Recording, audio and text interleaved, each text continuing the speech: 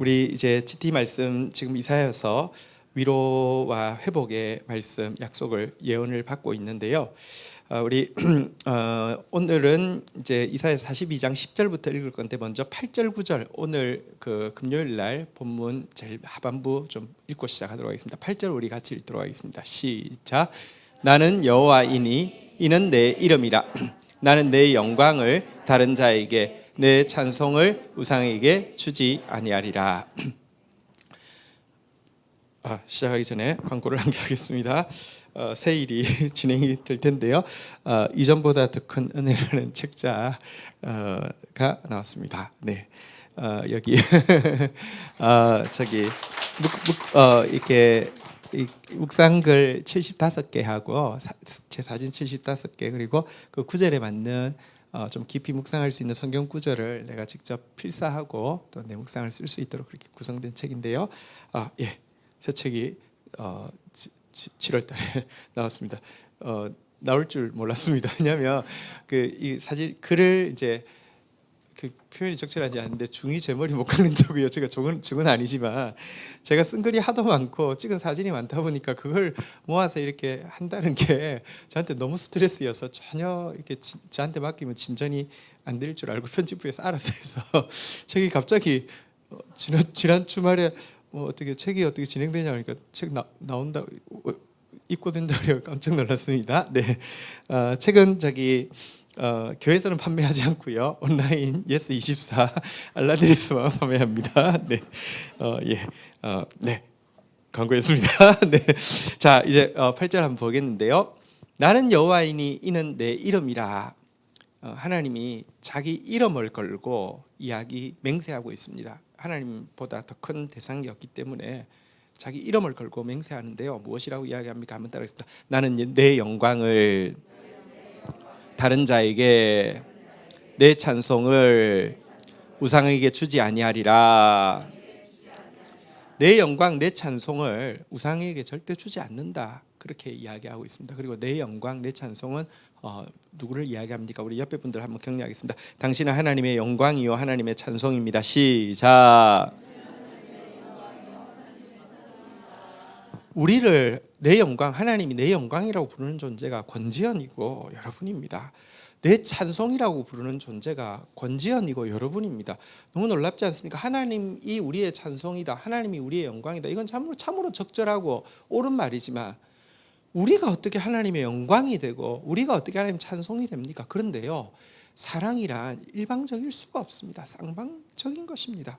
하나님 우리를 사랑하고 나면요, 우리가 하나님의 찬송이 되고요, 하나님이 우리에게 사랑에 진짜 빠지고 나면요, 우리가 그분의 영광입니다. 그래서 절대 잊어버리지 않는다, 절대 빼앗기지 않는다라고 자기 이름을 걸고 맹세하고 있습니다. 우리의 구원은 확실합니다. 그리고 또 구원이라는 게요, 여러분 이 세상 어떻게 살다가 죽어서 천국 가는 걸 구원이라고 이야기하지 않습니다. 구원은 뭐냐고 하면 우리에게 주신 말씀이 실제가 되는 것을 경험하다가 하나님 나라에서 영원토록 어떤 장애도 없이 실현되어져 가는 것이 구원입니다. 그래서 구원이란 말씀이 실제가 되게 하시는 것을 이야기합니다. 그래서 내가 반드시 구원할 것이다 라고 이야기하고는요, 9절 한번 보실까요? 정말 하나님만 하실 수 있는 말씀입니다. 같이 한번 읽겠습니다. 시작. 보라, 전에 예언한 일이 이미 이루어졌느니라. 이제 내가 새 일을 알리노라. 그 일이 시작되기도 전에 너희에게 이르노라. 자, 여러분, 하나님 과거에 예언한 일은 이미 이루어졌다. 이 말은 무슨 뜻이냐고 하면, 하나님이 약속하신 예언은 하나님이 실행하신 역사의 기록이 되었다라고 이야기하는 것입니다. 여러분, 우리도 마찬가지입니다. 하나님이 우리에게 약속하신 예언의 말씀이 있습니다. 근데요, 분명히 이것은 예언의 말씀입니다. 근데 조금만 지나서 보면요, 하나님이 우리에게 행하신 역사의 기록으로 바뀌는 것입니다. 이게 기독교의 능력입니다. 어떤 종교의 경전에도요, 지도자의 가르침이 있지 그것이 실제 어떻게 됐는지에 대한 역사도 없고요, 사실은 지도자의 가르침 속에 예언도 거의 없습니다. 근데 기독교는요, 하나님의 말씀이 있고요, 말씀하시면서 반드시 예언하십니다. 근데 예언이 시간이 지나면 역사가 되는 것입니다. 우리 한번 이렇게 한번 믿음으로 고백하겠습니다. 나에게 약속하신 예언의 말씀은 나에게 행하신 역사의 기록이 될 것입니다. 전에 예언한 일 이미 역사가 되었다. 이제 새 일을 내가 미리 예언한다. 시작되기도 전에 너희에게 이른다. 이 말은 예언한다는 거잖아요. 여러분 지금 우리에게 주신 말씀들은 예언입니다. 그런데 그 예언 아직은 우리 눈에 보이지 않습니다. 상관없습니다. 어차피 역사의 기록이 될 것입니다. 그게 하나님이십니다. 그래서 여러분 점점 그 하나님에 대한 믿음이 생길 때에 좀 기대하게 되고요. 기다리게 되고요. 또 기도하게 되는 것입니다. 점점 하나님에 대한 믿음은요. 말씀에 대한 믿음은 그것을 경험하면 경험할수록 점점 더 이렇게 실질적인 것이 되어지는 것이죠. 여러분 우리가 신앙생활을 할 때 너무 나의 시간을 가지고 하나님을 재단하지 마십시오. 그러면 괜히 힘듭니다. 내한테 아직도 안 이루어 주셨습니다. 아직도 언제 이루어 주실 것입니까? 내 시간 보면 그런데요. 하나님은 알파와 오메가고 처음과 나중이고 시작과 끝입니다. 하나님에게는 미래가 없습니다. 하나님께는 말씀하는 순간 이미 과거입니다. 예언하는 순간 이미 역사입니다. 그걸 아셔야 됩니다. 하나님의 시간에서 보면요. 반드시 이루어집니다. 그리고는 당신의 영광 찬송이 진짜 하나님의 영광이 되도록 하나님의 찬송이 되도록 우리를 구원하시고 회복시켜 주실 것이고 위로하실 것이고 하나님께서 영화와 종기로 간을 씌워 주실 것입니다. 저는 그 하나님을 믿습니다. 그리고 그래서 말씀을 선포하면서 제가 말씀을 선포하면서 이게 그냥 무슨 종교적으로는 덕담을 하는 것도 아니고요. 어떤 도덕에 대해서 강의하는 것도 아닙니다.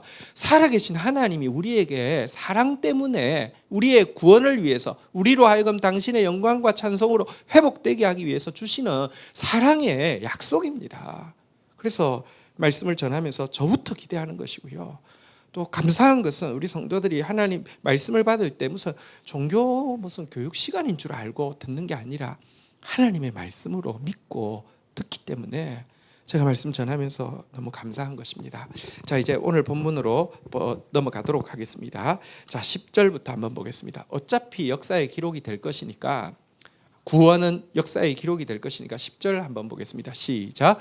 항해하는 자들과 바다 가운데 만물과 섬들과 거기 사는 사람들아 여호와께 새 노래로 노래하며 땅 끝에서부터 찬송하라. 자, 지금 땅 끝에 있는 사람들을 불러냅니다. 땅 끝에 있는 사람, 대표적인 사람이 어떤 사람이냐? 섬들에 있는 사람. 옛날에 항해술이 발전되지 않았을 때 멀리 있는 섬들에 있는 사람들은 땅 끝에 있는 사람들이죠. 또 땅 끝에 있는 사람.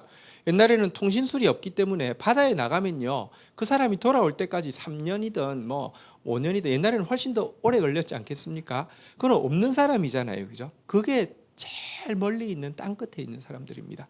멀리 섬에 있는 사람. 예를 들어 이 시대에 호주에 있는 사람은 그건 완전 땅 끝이잖아요. 호주까지 만약에 배를 몰고 간 사람이 있다고 하면 땅 끝에 있는 사람들이잖아요. 땅 끝에 있는 사람들에게까지 소환해서 한번 따라하겠습니다. 여호와께 새 노래로 노래하며 찬송하라. 땅 끝에 있는 사람들로 불러내고요. 또 11절에도 보겠습니다. 또 사람들을 불러내고 있습니다. 네, 11절 보겠습니다. 네. 같이 읽겠습니다. 시작. 광야와 거기에 있는 성읍들과 게달 사람이 사는 마을들은 소리를 높이라. 셀라의 주민들은 노래하며 산꼭대기에서 즐거이 부르라.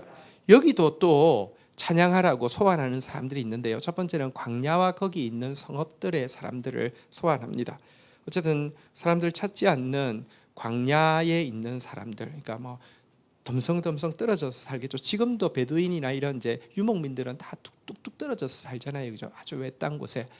게달에 사는 사람들도 소리를 높이라 그랬는데 이 게달 사람이라는 것은 아라비아를 이제 게달이라고 불렀는데 아라비아 사막, 그러니까 그 성경에 나오는 광야보다 조금 더 크고 멀리 있는 광야를 이야기합니다. 혹은 또 게달 사람이란 이스마엘 후손들을 이야기하기도 합니다. 멀리 있는 사람들이면서도 관계가 안 좋은 사람들을 이야기하는 것이기도 하고요.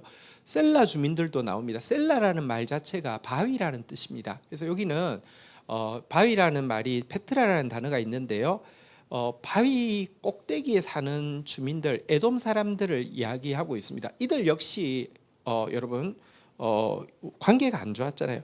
관계 안 좋은 사람, 뚝뚝 떨어져서 외진 사막 광야에 사는 사람들도 다 지금 불러내 가지고는요. 한번 따라하겠습니다. 소리를 높이라, 노래하며 즐거이 부르라, 너희들도 찬양하라라고, 너희들도 새 노래로 찬양하라라고 찬송하라고 그들도 불러내고 있습니다. 12절 같이 한번 읽도록 하겠습니다. 시작. 여호와께 영광을 돌리며 섬들 중에서 그의 찬송을 전할지어다. 그러면서 너희들도 여호와께 영광을 돌리라. 그의 찬송을 또 온 섬들에, 그러니까 온 지구상에 소외되는 곳이 하나도 없도록 온 섬들에 그의 찬송을 전하라고 하면서 이제 이들을 소환하고 있습니다. 어차피 하나님의 약속의 말씀대로 구원이 이루어질 것이기 때문에, 그리고 그 구원이 이루어질 때 그 구원의 대상은 오늘 여기서 본 바대로요, 섬들과 거기에 항해하고 있는 사람들, 혹은 광야에 사는 사람들, 아니면 아라비아 사막에 사는 사람들, 바위 그 산 위에 사는 사람들, 외딴 곳 원수된 사람, 어떤 사람도 빠짐없이 이 구원이 영향이 있을 것이기 때문에 모두 찬양하라고 그들을 이렇게 소환하여서 외치고 있습니다. 자, 그런데 이들을 보고 외치라고 하고 나서 그들이 부를 노래를 새 노래라고 했는데, 아까 10절에 새 노래라고 나왔었잖아요. 근데 왜 새 노래라고 했을까요? 지금 우리가 이사야서를 보면서 한번 따라하겠습니다. 새 일, 새 노래. 이전 일은 기억하지 마라, 내가 새 일을 행하리라. 이사야서에 나오죠. 여기서는 또 새 노래가 나오는데, 이전 일이 무엇이고 옛날 노래가 무엇이냐고 하면 출애굽의 역사가 이전 일이고요. 출애굽했을 때 이렇게 그 불렀던 찬양 있지 않습니까? 그거를 옛 찬송이라고 부릅니다. 왜 출애굽이 이전 일이고 옛 찬송일까요? 모세가 행한 출애굽의 역사는 사실은 이스라엘 백성들에게 직접적으로 일어난 일이면서도 일시적인 구원이었습니다. 구원받은 이스라엘 백성들도요 타락했고요. 지금 이사야가 이 예언을 하고 있을 때 이스라엘 백성들은 멸망할 것이라고 예언받고 있습니다. 일시적이고 제한적인 구원이었습니다. 그러나 이제 하나님께서 고레스라는 예표를 세워서 궁극적으로는 예수 그리스도를 통하여서 이루실 구원은 완전하고 영원하며 이스라엘만을 대상으로 하는 것이 아니라 앞에서 나온 바대로 전 인류를 포함하는 구원이 될 것이기 때문에 새 노래로 찬송하라라고 그들을 소환합니다. 소환해서 불렀습니다. 자, 우리 블레스를, 자 이제 우리 찬양합시다. 코로나도 참 그 코로나 때 우리가 찬양 못했는데 이제 찬양할 때가 됐습니다. 그걸 불렀습니다. 불렀는데 딱 와서 그래서 찬양하려고 많이들 오셨어요. 왔는데 만약에 인도자가, 팀장님과 인도자가 곡을 안 준비하면 뭘 찬양하죠? 그러면 뭐 이렇게 복잡하겠죠. 찬양하라고 명령하고 나서 찬양할 노래의 말을 주신 게 13절의 한 구절입니다. 한번 보도록 하겠습니다. 이게 모여온 온 세계 사람들이 부를 찬송의 내용입니다. 같이 한번 읽겠습니다. 시작. 여호와께서 용사같이 나가시며 전사같이 분발하여 외쳐 크게 부르시며 그 대적을 크게 치시리로다. 이게 새 찬양의 노래입니다. 섬에서 온, 멀리 섬에서 온, 항해하다가 온 사람, 사막에서 광야에서 온 사람, 바위산에서 온 사람들이 함께 부를 새 노래고요. 함께 소리 높여 즐거이 찬송할 가사의 내용입니다. 우리가 보통 찬송 그러면 뭔가 아름다운 뭐 사랑 뭐 이런 게 나올 것 같은데 좀 의외이지 않습니까? 여호와께서 용사같이 나가신다. 전사같이 분발하여 크게 외치신다. 여호와께서 그 대적들을 크게 치신다라는 내용의 노래를 부르게 된다는 것입니다. 자, 그런데 다시 한번 생각해 보면 여러분 군대에서 부르는 노래가요. 한번 생각해 보면 제일 힘 있는 노래가 뭘까? 사실은 군대에서 부르는 노래 혹은 군악대가 연주하는 곡이 제일 힘이 있습니다. 제일 웅장한 노래도요. 군대와 관련된 노래입니다. 지금은 이제 러시아가 먼저 악한 전쟁을 일으켜서 그렇지만 우리 옛날에 여명의 눈동자라는 그 드라마에 그 백학이라는 그 멋있는 음악이 나왔는데 그게 러시아 군가거든요. 근데 진짜 멋있었어요. 기억하십니까? 지금 너무 옛날 사람 같으네요. 네. 우리 영신이가 화요일 날 군대를 입대했습니다. 근데 이제 부모로서 이제 따라갔는데 이제 그 강당에 다 모였는데 이제 뭐 부모하고 같이 있는데 이제 오늘 그 오신 병사 여러분들은 앞으로 나오십시오 이렇게 하고 부모님들은 뒤쪽에서 앉아서 기다려 주시기 바랍니다. 근데 이제 나가서 이제 줄을 섰는데 얘들이 군인이 될까 하고 하는데요. 그게 중간에 그러니까 뭐 거기가 보충대이기 때문에 그러니까 향토 사단이기 때문에 크게 막 화려하지 않은데요. 딱 식을 시작하기 전에 군악대가 쫙 와서 중간에 딱 서거든요. 군악대가 딱 와서 빠라바라밤 이렇게 빡 하면서 부사님께 경례하니까 다들 같이 이렇게 하는 거예요. 이게 군가가 그런 힘이 있습니다. 진짜 군가가 힘이 있습니다. 근데 그날 부를 새 노래가 이 노래라고 이야기하고 있습니다. 여러분 우리는 주님라고 생각할 때 뭐 목자가 되신다, 뭐 연인이 되신다 이런 느낌의 노래를 주로 부르고 또 그러다 보니까 좀 편하고 그러다 보니까 그냥 이런 생각이 많이 듭니다. 여러분 한 가지 기억하셔야 합니다. 하나님 여호와 같은 용사가 없습니다. 여호와 같은 위엄에 가득 찬 용사가 없고요. 여호와 같이 의분에 가득 찬 전사가 없습니다. 그분이 지금 이제 진격하시겠다는 것입니다. 그분이 의분을 떨치고 일어서시겠다는 것입니다. 그래서 대적들을 치시되 대파하시겠다는 것입니다. 이게 온 세상 구원받을 모든 사람들이 부를 그날의 새 노래의 내용이다라고 이야기하고 있습니다. 주님이 두 가지 이미지가 있습니다. 그런데 그것이 동전의 양면처럼 같이 나옵니다. 예수님의 이름이요. 한번 따라하겠습니다. 사자와 어린 양. 사자이면서 동시에 어린 양이시라고 성경은 계속 이야기합니다. 주님은 사자이십니다. 포효하시는 사자이십니다. 그 울음소리 한 번 앞에 온 세상이 나가 떨어질 정도로 위엄에 가득 찬 용사요 전사이십니다. 대적들을 향해서는 그렇게 하실 텐데요.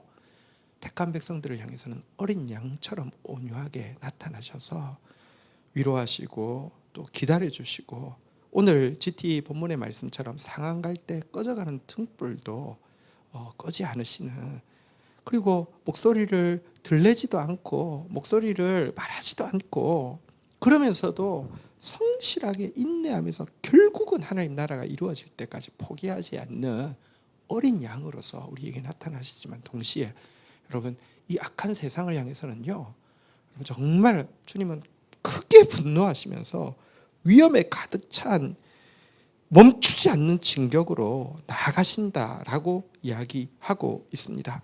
자, 이 노래를 부를 때 이 노래에 대해서 화답하시는 하나님의 말씀이 14절입니다. 자, 아시겠죠? 앞에는 선지자가 찬양대를 부른 내용이라고 하면 13절은 찬양대가 부를 찬송의 가사였다고 하면 14절은 이 찬양을 받으신 하나님이 대답하시는 응답하시는 내용입니다. 같이 한번 읽겠습니다. 시작. 내가 오랫동안 조용하며 잠잠하고 참았으나 내가 해산하는 여인같이 부르짖으리니 숨이 차서 심히 헐떡일 것이라.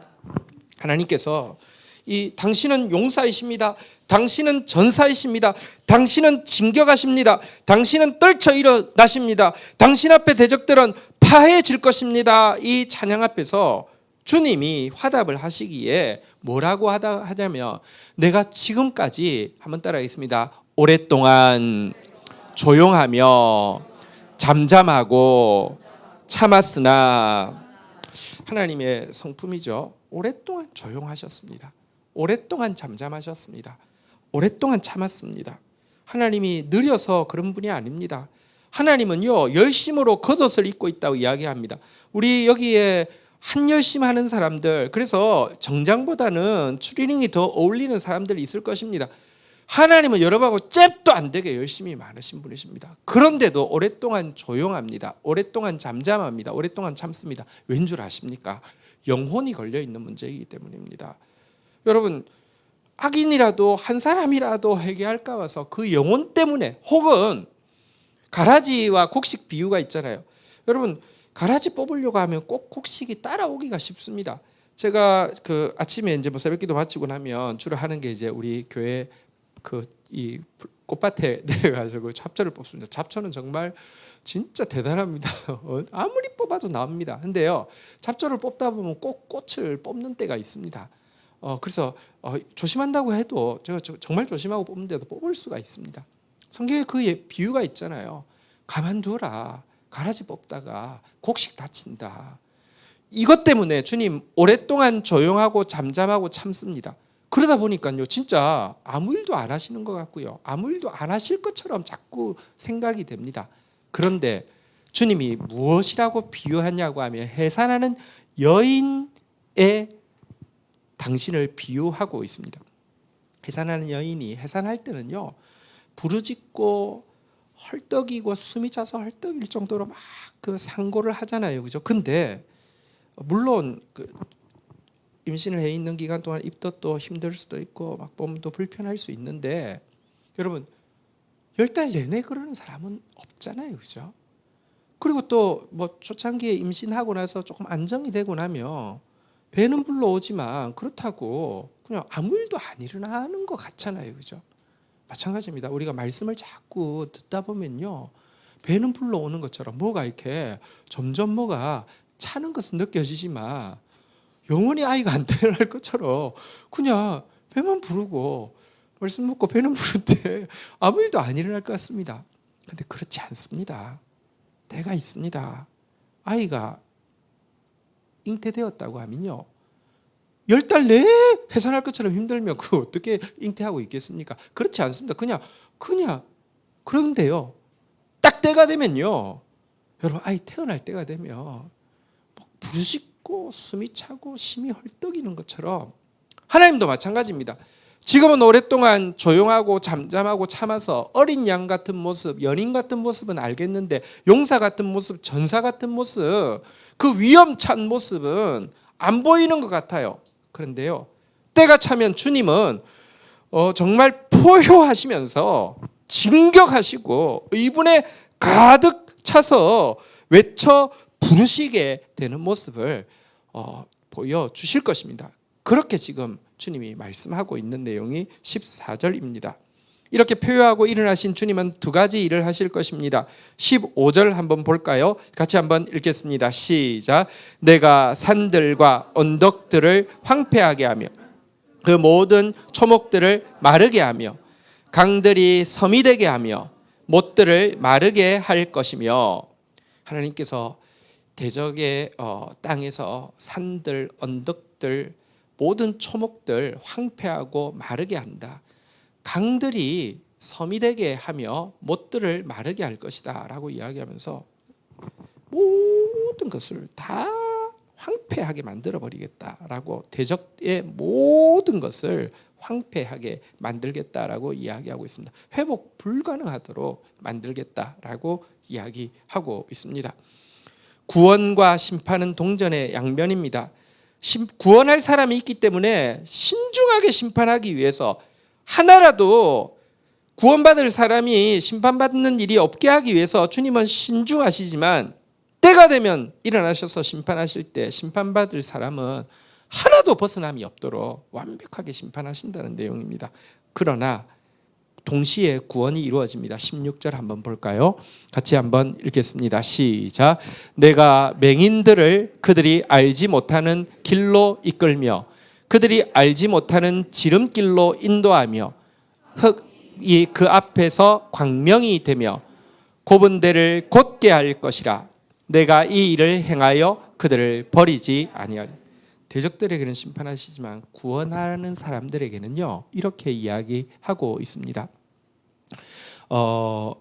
한번 따라하겠습니다. 알지 못하는 길로 이끌며 알지 못하는 지름길로 인도하며. 달리 이야기하면 길도 모르는데 걷다 보면 그 길이 지름길이 되게 하신다, 이런 뜻이겠죠. 또 한번 따라하겠습니다. 암흑이 그 앞에서 광명이 되며. 시작 그 길을 출발할 때는 캄캄한 암흑이었는데 가다 보면요, 마치 새벽에 출발했는데 한 얼마 지나고 나면 해가 뜨고 나면 완전히 밝아지는 것처럼 광명이 될 것이다 라고 이야기합니다. 또요, 한번 따라하겠습니다. 굽은 데를 곧게 할 것이라.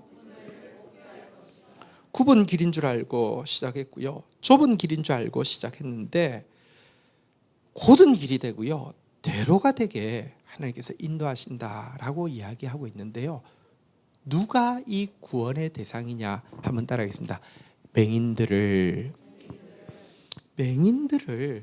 여러분, 알지 못하는 길인데 지름길이 되게 하고, 암흑으로 시작했는데 광명이 되게 하고, 구분된 줄 알았는데 곧은 길로 인도한다. 맹인을 이렇게 이야기합니다. 맹인이 무엇을 이야기합니까? 세상 많은 사람들은요, 자기가 본다고 생각합니다. 본다고 생각하기 때문에 맹인인 것입니다. 이 사람은 구원받을 수 없습니다. 근데 스스로 내가 알지 못한다고 하는 것을 인정하는 사람, 이 맹인은요, 주님이 반드시 내가 모릅니다를 고백하는 맹인은 하나님이 절대로 버리지 않고요, 반드시 알지 못하는 길을 지름길로, 암흑을 광명으로, 굽은 길을 곧은 길로 바꾸어 주신다라고 이야기하고 있습니다. 하나님 앞에서 너희의 가련한 것과 가련한 것과 눈먼 것과 헐벗은 것을 알지 못하는 도라다라는 경고의 말씀 앞에서 내가 사랑하는 자를 책망하노니 회개하라, 열심을 내라고 하시는 주님 말씀 앞에서 내가 정말 눈먼 자입니다, 내가 알지 못합니다 라고 고백하는 자 되기를 주의 이름으로 축원드립니다. 지난 주일도 우리가 나누었습니다. 역전을 여는 고백. 보십시오, 그냥 실수였습니다, 시행착오여서 인생에 크게 보면 자양분이 되었습니다 라고 이야기하는 것은 쉽습니다. 참 슬프지만 비극적이지만 그런 일을 우연히도 또 많은 사람들에게 일어나는 일이니까요 하고 넘어갈 수도 있습니다. 그렇지 않았습니다. 명백히 내가 내린 결정은 죄였습니다. 내가 지나온 시간도 죄였습니다. 명백히 나에게 있었던 고난은 징계였습니다 라고 인정하는 것, 또 그 인정으로 그치지 않고, 여러분, 인정하고 나면 원망할 대상도 생기고요, 미워할 대상도 생깁니다. 너 때문에 이런 일이 생겼잖아, 꼭 그럽니다. 아니요, 내가 그 자리에 있어서 똑같이 했다니까요. 내 존재 자체가 죄인이라니까요. 더 나아가서 내 존재가 죄입니다 라고 고백하고요, 사람들 앞에서, 하나님 앞에서 큰 산이 무너져도요, 사람들 앞에 언덕이 남아 있어가지고 사람들 앞에만 서면 부활하는 사람들이 너무 많습니다. 나 아직 안 죽은 사람이 너무 많습니다. 버러지가 아니라 독사가 되어서 머리를 쳐들고 설치는 사람이 너무 많습니다. 아직 그러면요, 하나님이 일하실 시간만 늘어날 뿐입니다. 사람들 앞에서 먼저 스스로 나음이 죽었습니다 라고 고백하고, 그럼에도 불구하고 여호와는 전능자시며 그럼에도 불구하고 여호와는 언약을 지키신다고 고백할 때 역전이 열리지 않았습니까? 마찬가지입니다. 아직도 우리가 모르고 못 본다는 것을 인정할 때만 성령께서 사람으로서는 볼 수도 없고 들을 수도 없고 깨달을 수 없는 것을 볼 수 있게 하시고 들을 수 있게 하시고 깨닫게 해 주시는 것입니다. 우리 이런 맹인, 하나님 앞에서 맹인인 줄 아는 맹인, 죄인인 줄 아는 죄인, 이 고백이 있는 저와 여러분들 되셔서 그날에 심판과 구원이 이루어지는 날, 부족하지만 주님의 구원의 대상이 되어서 정말 지름길로, 정말 광명으로, 정말 곧은 길을 행하면서 더 크게 찬양하는 저와 여러분들 되기를 주의 이름으로 축원드립니다. 마지막 17절은 읽고 마치도록 하겠습니다. 시작. 조각한 우상을 의지하며 부어 만든 우상을 향하여 너는 우리 신이라 하는 자는 물리침을 받아 크게 수치를 당하리라. 여러분, 구원이 이루어지는 날 동시에 심판이 이루어지고요. 심판받을 사람들은 우상을 숭배하는 자들이죠. 우상은 내 탐욕의 투영이고요, 내 두려움의 투영이고요, 내 자아의 투영이죠. 내 자아를 믿으면요, 자꾸 안다고 생각해요. 자, 내려놓으십시오. 존재 자체가 죄인입니다. 우상을 내려놓고 나면요, 여러분, 하나님께서 인도하실 것이지만 우상을 붙들고 있는 사람은요, 물리침 받고요, 수치 당하는 일 외에는 남지 않습니다.